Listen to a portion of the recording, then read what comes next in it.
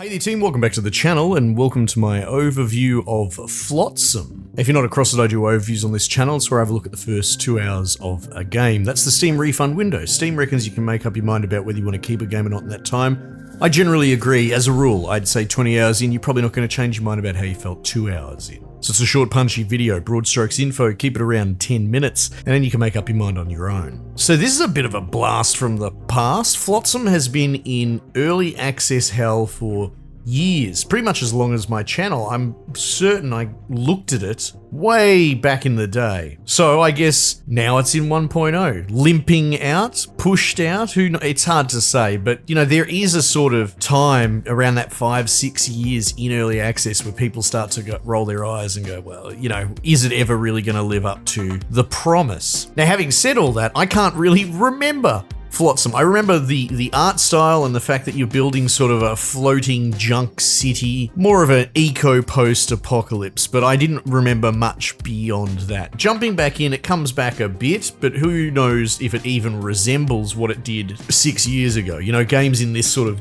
development hell tend to change quite a bit. Anyway, look, I'm bearing the lead a bit. I really enjoyed the time that I spent with it this morning, so much so I had to kind of tear myself away to do this video. I'm really enjoying it in a comfortable manner. That's the word that comes to mind. I don't like using the term cozy, right? Without getting into it too much, I find that it's often used as a vector by developers that are less than, right? Corner cutting, shipping a subpar product, but it's cozy, right? They sort of hide behind the fact that it's not very good as a game. And that's compounded by the cozy audience being less, let's say, having a lower level of scrutiny than some more hardcore gamers. But bad actors aside, I understand what people are going for with cozy. More relaxed, more chill games. And I suppose this is a little bit that way. It is a colony management type game where you're running this sort of tugboat thing with a couple of survivors on it. It's a very flimsy start just to get you into the action. You know, your city that you were a part of or whatever must have got washed away by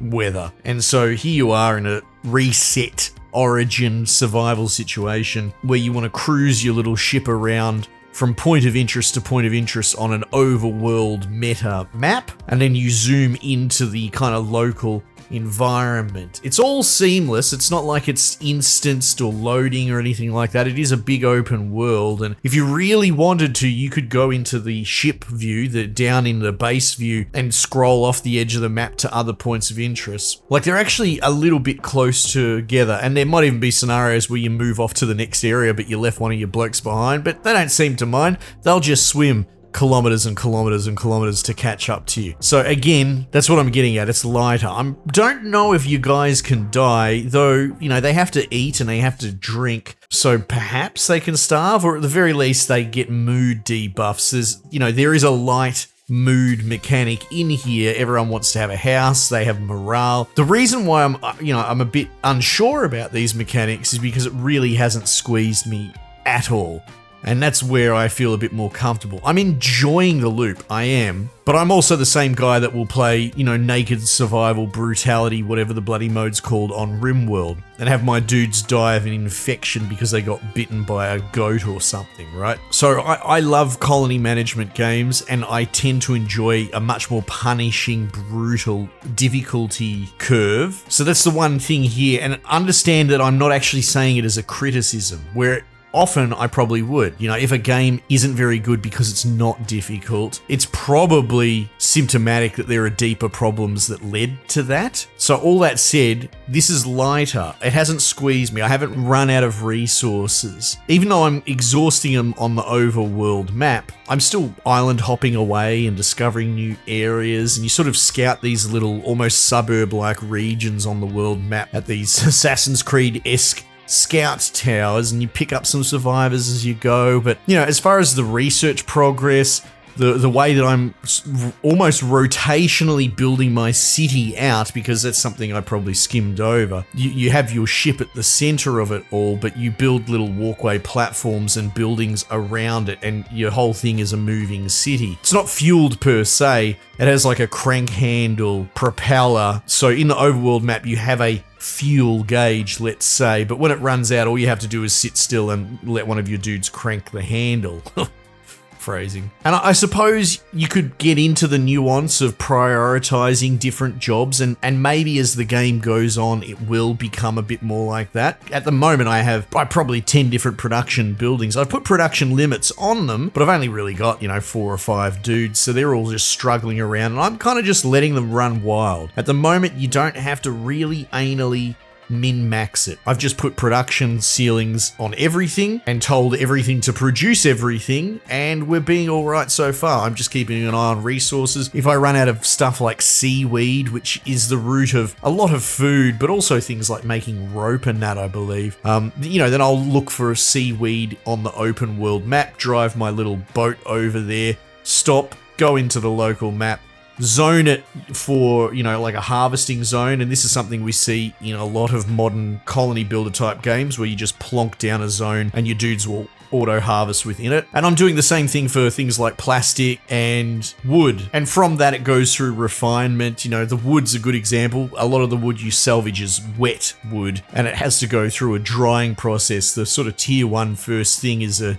dude literally sticks it on a spit and just winds the crank to dry it out. So it's got a bit of a theme hospital kind of feel to it, or 2-point if you're a bit more modern, where it's a little silly the way your dudes are actually processing, but I don't mind that because it gives you a visualization of them doing the job. And now I'm up to like putting them on a drying rack, so it's these big old wood stumps sitting on a drying rack. It's a bit absurd, but I find it very charming and in line with the art style that's going on here. So at the moment, I'm just meandering around the map, building out my base, and I feel that the rhythm at which I'm leveling up but also harvesting stuff, the feedback moment to moment, sits in that comfort range where I can kind of rebuild my base rotationally. Like at the beginning it was just ramshackle, but now I'm sort of rolling back through it, demolishing and rebuilding in a more clean, Scarlet's